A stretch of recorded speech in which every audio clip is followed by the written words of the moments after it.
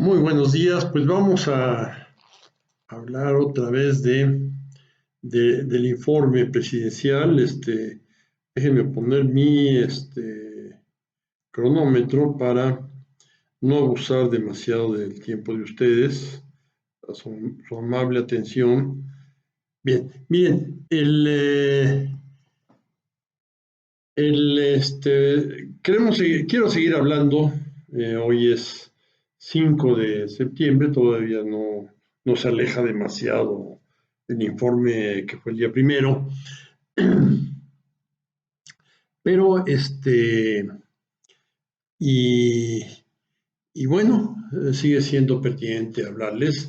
Eh, Soy otra vez Jorge Borges, un servidor, gustoso de saludar a todos aquellos que me prestan su atención y que se las agradezco muchísimo, y más aquellos que me mandan ahí correos y WhatsApp y ese tipo de cosas. Por cierto, les voy a decir estas direcciones al final. Bueno, miren, ¿qué tenemos? Estamos hablando del informe presidencial, de la historia de los informes, ¿verdad? Yo ya puedo hablar de historia, ¿no? No de la vieja historia, pero sí de los 65 años para acá, no es cualquier cosa, ¿verdad? Creo que les será de interés. Miren, entonces teníamos ese esquema tan idílico de rendición de cuentas de parte de el presidente de la República hacia la soberanía nacional, que era el Congreso de la Unión. El Congreso de la Unión esa reunión era no solo de diputados, sino de diputados y senadores, presidida por el presidente de la Cámara de Diputados, pero era reunión conjunta de todo el Congreso. Bien, esa forma era muy estrecha. Miren, el presidente solamente hablaba de política, en serio, cuando el informe y en situaciones muy especiales, cuando salía al extranjero, y no era frecuente que salían al extranjero. Miren, a López Mateos le pusieron López Paseos porque fue unos cuantos viajes, muchos más que los que fue Alemán y Ruiz Cortines, y menos de los que fue Díaz Ordaz, pero y más que los que fue Díaz Ordaz, pero mucho menos de los que ya hicieron de la Madrid, Salinas, Cedillo, todos los demás, que fueron mucho más viajeros que él, ¿no? A él le decían López Paseos, pero era parte del desahogo ciudadano frente a la carencia de mayoría de edad en la política. Éramos ya eh, la ciudadanía mexicana era ya una muchachona ya para usar minifaldas de los años 60, y que todavía le ponían moños y ese tipo de cosas, como si fuera una nena, ¿verdad? Entonces, esa era la gran contradicción. ¿A qué me refiero? Más en concreto, en cuanto a esa estrechez de esquemas, a que la sociedad mexicana se había vuelto mucho más compleja de lo que era cuando esto empezó a acostumbrarse, que fue, digamos, en época de Ávila Camacho, Alemán, perdón, Cárdenas, Ávila Camacho, Alemán, Luis Cortines, ¿verdad? López Mateos. Entonces se fue complicando poco a poco, y eso es como la calvicie, ¿verdad? De un día al siguiente no lo notas, pero después de unos años notas que ya estás, ya la azotea está vacía. Entonces, bueno, esto es, esto fue así, tarde o temprano tenía que presentarse, algo así, y y no hubo la visión de cambiar, aunque fuera gradualmente también, la rendición de cuentas del presidente al Congreso. Y que el presidente fijara posiciones políticas más seguido, no necesariamente en el informe. Esto lo vino a romper el licenciado Echeverría, que hablaba muy seguido, y eso se lo criticaron mucho, pero era algo muy importante que el presidente, en lugar de esperarse a una sola fecha en el año para soltar todo, en lugar de eso, fuera diciendo cosas poco a poco en determinadas circunstancias que lo ameritaran, ¿verdad? se pueden encontrar o se pueden inventar, ¿verdad? Entonces, se podía hacer, pero no se hacía. Entonces, teníamos esa carencia del esquema de comunicación política del presidente ya en funciones hacia su ciudadanía, pero ya eso ya ha funcionado bajo un México muy, muy simple y dejó de ser una solución para un México que empezaba a complicarse cada día más y más. Entonces fueron acumulando y cada mensaje político omitía cosas y cosas muy serias, y cosas muy serias se omitían y, y se fueron acumulando todas esas omisiones. Los abusos de terratenientes que añoraban la época de las haciendas en Ciudad Obregón, hubo muchos asesinatos de líderes, en Chihuahua también, alrededor del negocio de la madera, y se fueron acumulando tensiones por aquí y por allá. El Valle de Cuernavaca se volvió apetitoso para los fraccionadores que querían hacer una ciudad industrial, finalmente lo hicieron, pero hubo un crimen horrendo de líder agrario, Rubén Jaramillo, asesinado con toda su familia, niños y esposa embarazada incluidos. Algo horrendo que pues no entraba en las definiciones de el informe. Entonces, este pequeño rendición de cuentas del informe y la pequeña comunicación política que tenía el presidente con base al mensaje político del informe, que decíamos era 20 minutos, media hora, cuando más, ¿no? Superó la media hora en una ocasión, pero nada más. Entonces, se fueron acumulando omisiones y esto tronó, porque tenía que tronar, finalmente cuando a Díaz Ordaz le falló su esquema de gobierno. Su esquema de política de meterle miedo a todos. Y bueno, un valentón dura hasta que pues ahí alguien le decide no hacer caso a sus fanfarronadas y no le hace caso, ¿verdad?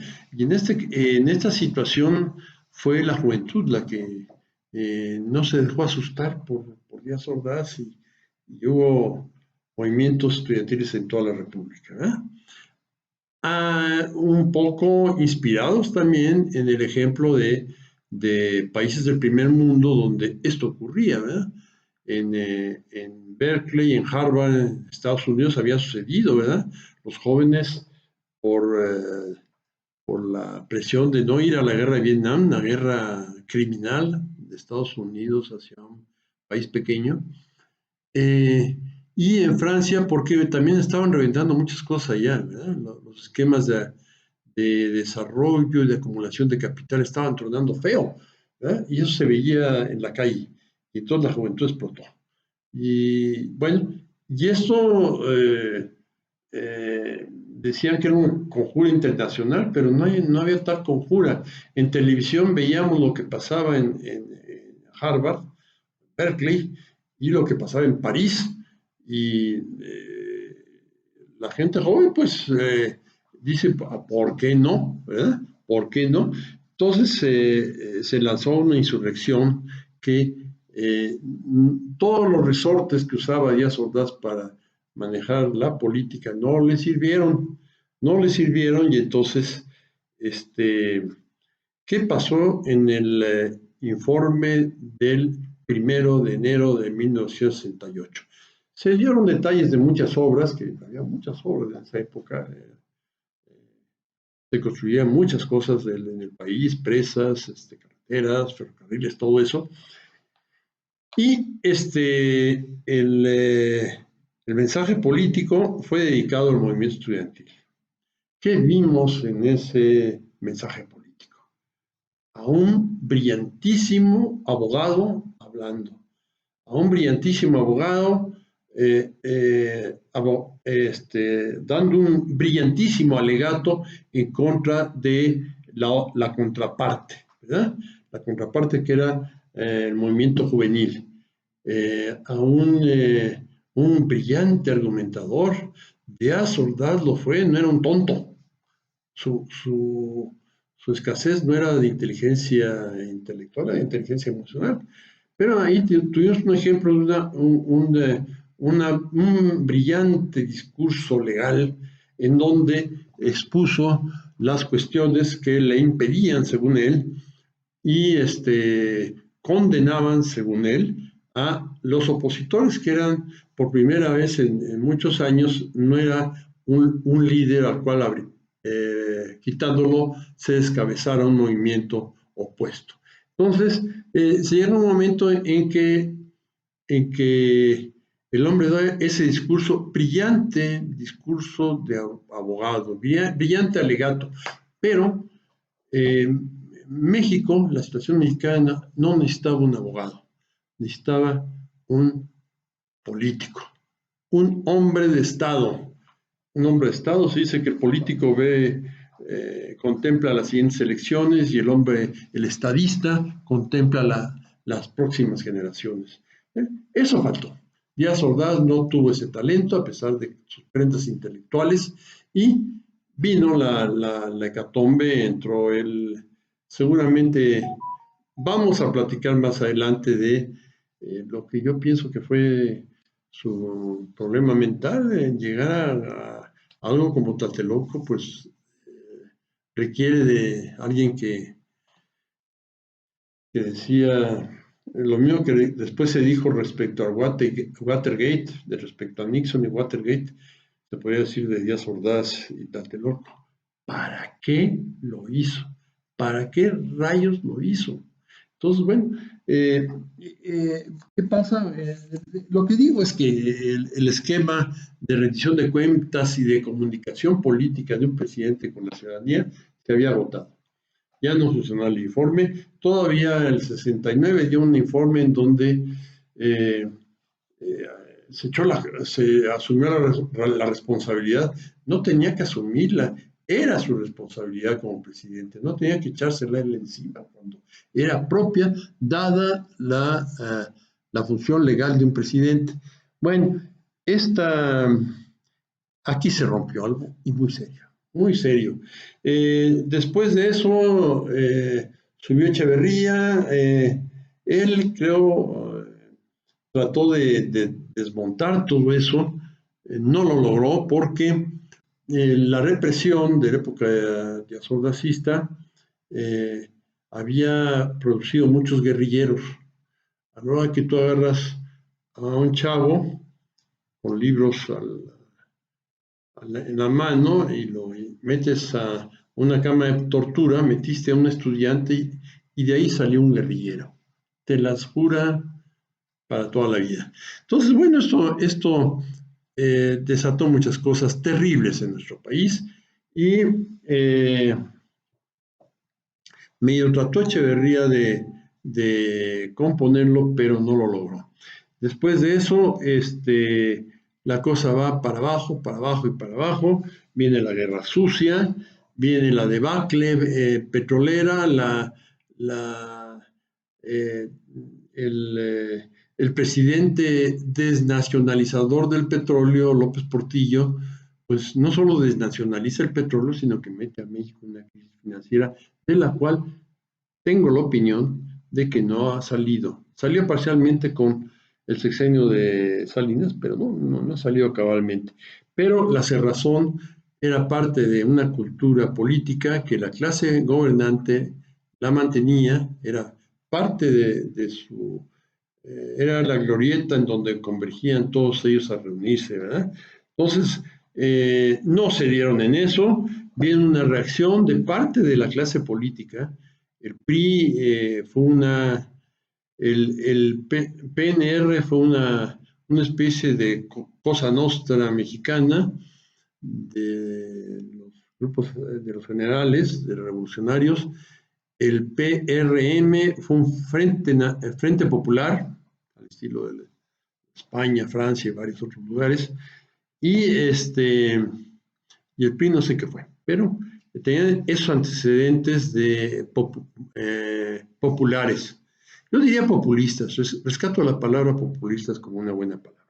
Entonces, bueno, esto se siguió, impusieron a Salinas después de un fraude colosal, un fraude terrible, esto siguió rodando y rodando hacia abajo. A Miguel de la Madrid le interrumpieron su informe, le gritaron. A Salinas se mantenía ahí el gran líder popular Marco Garrascón, ahí con una máscara de cochino frente a él, parado de pies, estaba toda la sesión de pie.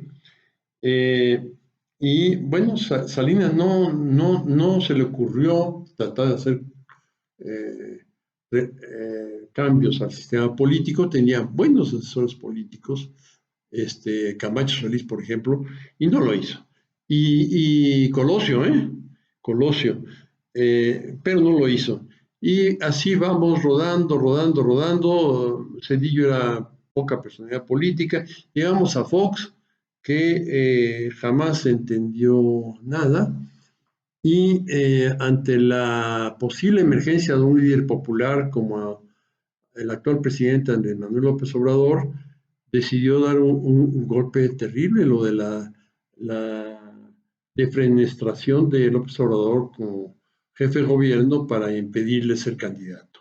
Esto los que estábamos entusiasmados con la perspectiva de López Obrador, pues nos invitó a luchar contra eso, ¿verdad?